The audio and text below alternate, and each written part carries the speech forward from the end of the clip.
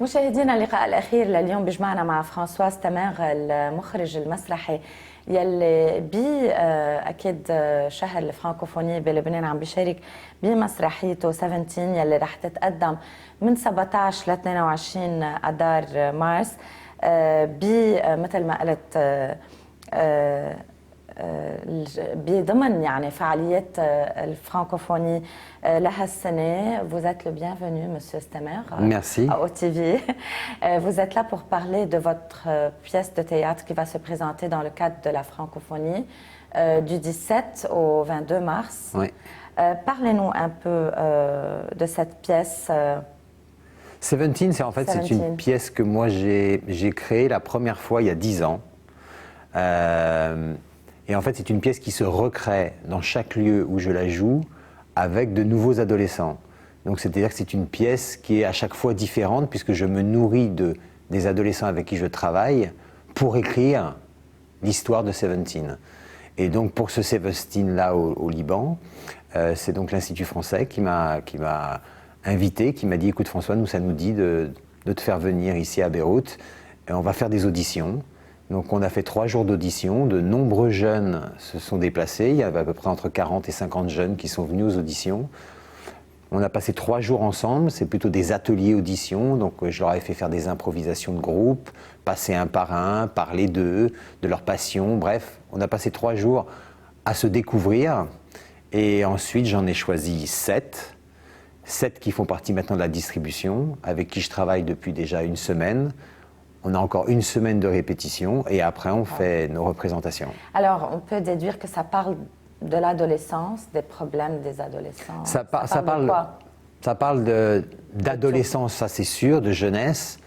Et en fait je pars de ce que chacun de ces ados-là m'ont raconté, de ce qu'ils font dans la vie, des pratiques artistiques qu'ils font pour écrire ce 17. Donc ce 17 est forcément complètement différent des autres, puisque du coup moi je découvre une autre culture, je découvre aussi une nouvelle langue. C'est une expérience qui super. vous enrichit à vous et qui enrichit aussi les Exactement, parce que je crois. Moi je leur amène aussi ma façon de travailler. N'est-ce pas ? Ouais. Et moi je leur amène aussi la poésie d'Arthur Rimbaud qui fait partie de toutes mes pièces. Et eux m'amènent aussi leur culture. Ils chantent sur le plateau des chansons qui sont ici très populaires, que moi je ne connais pas. Il y a de la danse. C'est très riche en fait.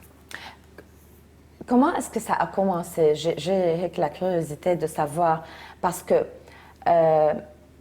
maintenant que je fais ta connaissance, je sais que ce n'est pas une pièce de théâtre classique. Non. C'est une expérience qui c'est plus qu'une pièce, parce que il y a à la fois du théâtre, mais il y a aussi de la danse, il y a de la poésie. Et en fait, c'est plutôt moi je verrais ça un peu comme des tableaux, chaque tableau mettant en avant ces jeunes individuellement ou en duo. Et puis de temps en temps, ils se retrouvent tous, et puis ils se séparent, et ils vivent des moments joyeux, des moments beaucoup plus difficiles. Et en fait, ils sont le reflet de l'adolescence. Quand on regarde des jeunes dans la rue ou dans un café, ils vont pouvoir être complètement dans le bonheur pendant un petit moment, et puis tout à coup, on va les voir, ils vont s'éteindre, ils vont se mettre sur leur téléphone, et chacun de leur côté, et puis tout à coup, il va y avoir une phrase qui va être dite, un sujet qui va être évoqué, et tous vont poser leur téléphone portable, ils vont repartir tous ensemble dans une dynamique hallucinante. Et donc en fait c'est la vie, c'est les hauts, c'est les bas, c'est les hauts, c'est les bas.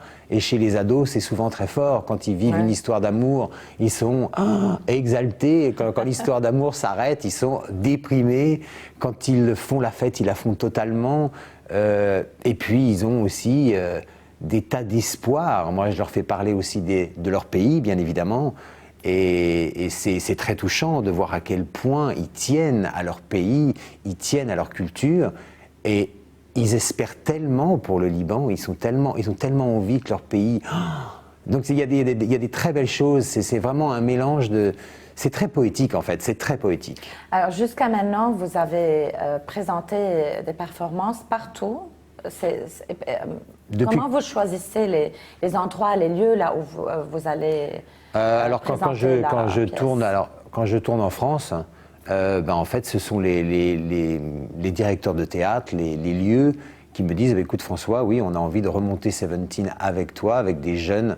Donc je l'ai fait à Marseille, j'ai fait à Lyon, j'ai fait à Paris, Nice, voilà, dans plusieurs villes. Et à chaque fois, ce sont les directeurs de théâtre qui m'invitent et donc on fait des auditions. Et donc à chaque fois, c'est des nouveaux jeunes et donc des nouvelles histoires.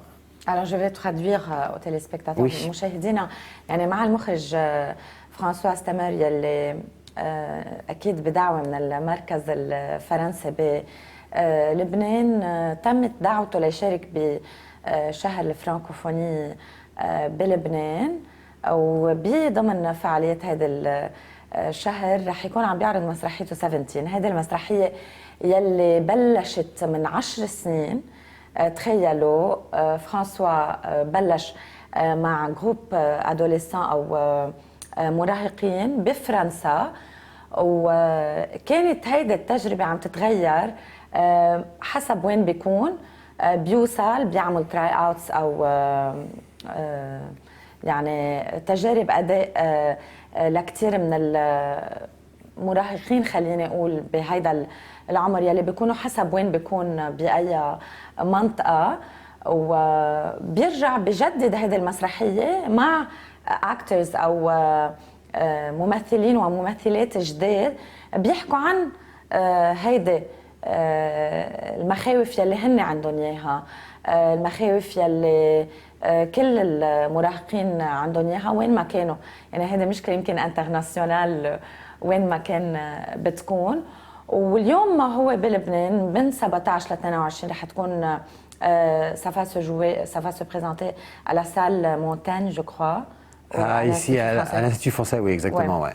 لكن كمان بالمركز الفرنسي بسال مونتاين فيكم كمان تزوروا قطع على الويب سايت على الشاشه فيكم تعرفوا تفاصيل اكثر وهلا عم تمرق كمان البروشور الخاصه من 17 ل 22 مارس رح تكون عم تنعرض يعني on a hâte de voir cette et eux, alors les jeunes ont très hâte de partager aussi tout ce travail avec le public. Pourquoi 17, pas 18, pas 15 Parce que 17, en fait, c'est parce qu'il y a un poème d'Arthur Rimbaud que j'adore qui s'appelle où il dit on n'est pas sérieux quand on a 17 ans.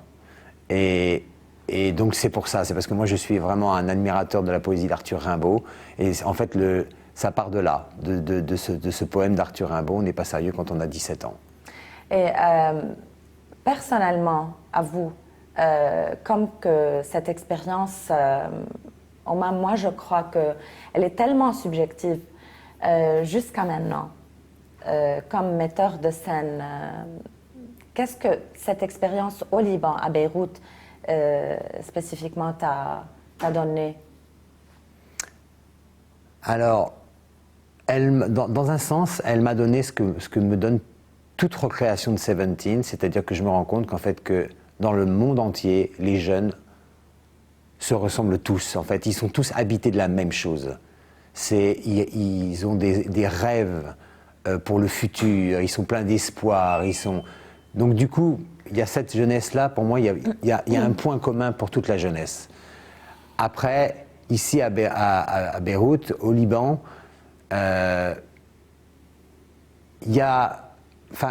moi, ils m'ont vraiment beaucoup parlé de ce qu'ils vivaient, de ce qui se passait actuellement au Liban. Et on voit qu'ils sont vraiment tous habités de cette... Ils ont quand même une tristesse, une nostalgie.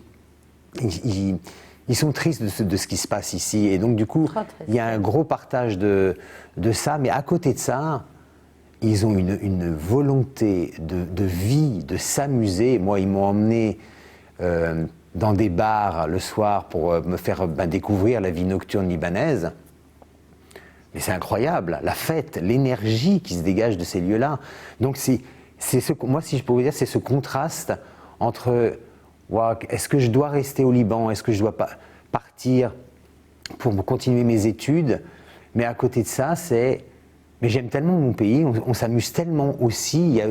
Donc ça c'est très touchant en fait, ça c'est vraiment très touchant. Merci beaucoup d'être venu, Françoise Temer. C'est moi qui vous remercie. Le bienvenu toujours à OTV. مشاهدينا أنا لهون بدي أودعكم. رح ننتقل مباشرة على بكركي مع قداس نهار الأحد. دايما إن شاء الله نهاركم بكفي حلو يا رب، وإذا هلأ بلشتوا كمان يبلش حلو ويضلوا حلو.